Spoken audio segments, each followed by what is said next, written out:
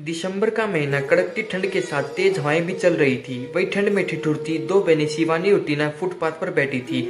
वह अनाथ थी, ना ही उनके पास घर था और ना ही माता पिता थे।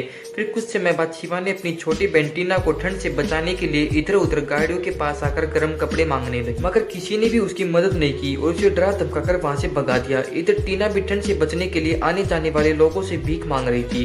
तभी एक व्यक्ति ने उसे गर्म कपड़े तो नहीं दिए बल्कि खाने के लिए कुछ फल दे दिए और फिर दोनों बहनें पास ही में पड़ी बोरी पर बैठकर ठंड में रात गुजार रही थी कि तभी उन्होंने देखा कि एक बूढ़ी औरत छड़ी के सहारे चल रही थी और उसकी छड़ी गंदे नाले में फंस गई है, जिससे दादी चल नहीं पा रही थी।